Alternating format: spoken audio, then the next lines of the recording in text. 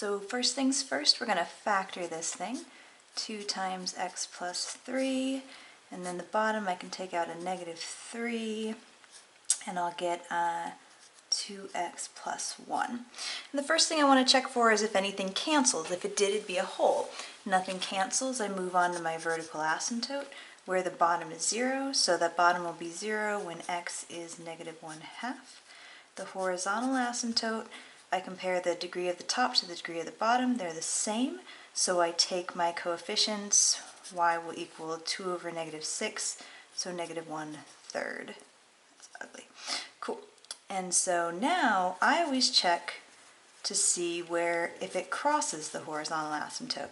So I want to know if my function, the 2x plus 6 over negative 6x plus 3, ever equals whatever I got for my horizontal asymptote.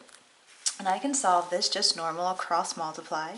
So 6x plus 18 equals 6x minus 3, and the 6x's cancel, so you're getting 18 equals negative 3, and you're like, no it doesn't, so it never is going to cross the horizontal. Excellent.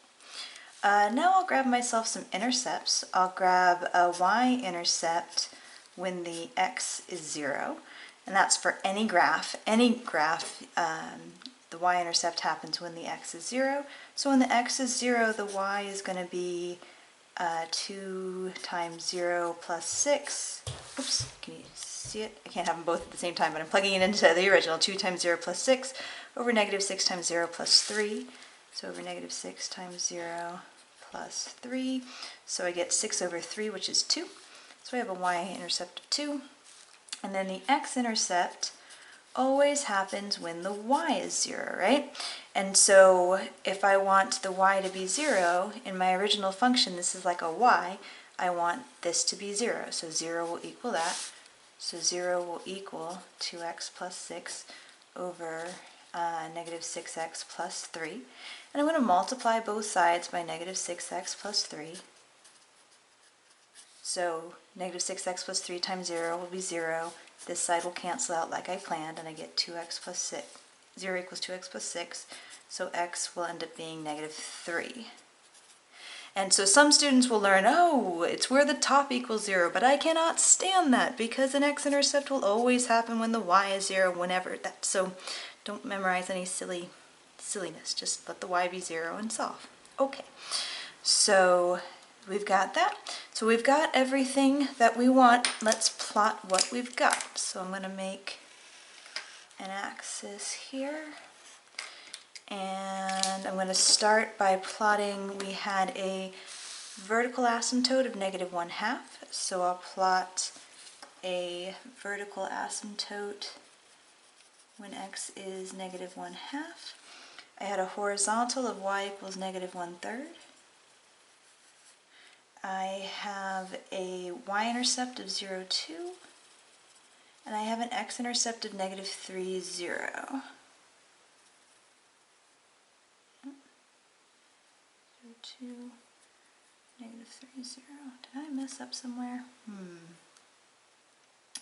0, 2, negative 3, 0. The x-intercept is negative 3. Vertical. Oh, I'm sorry. The vertical was supposed to be positive 1/2. Positive 1/2 right off the bat. Sorry about that. Positive 1/2 there. That's where the bottom equals 0. If you set the bottom equal to 0 and solve, you get positive 1/2. So let's fix that.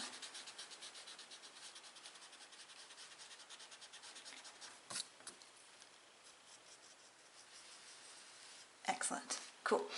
And so now, excellent.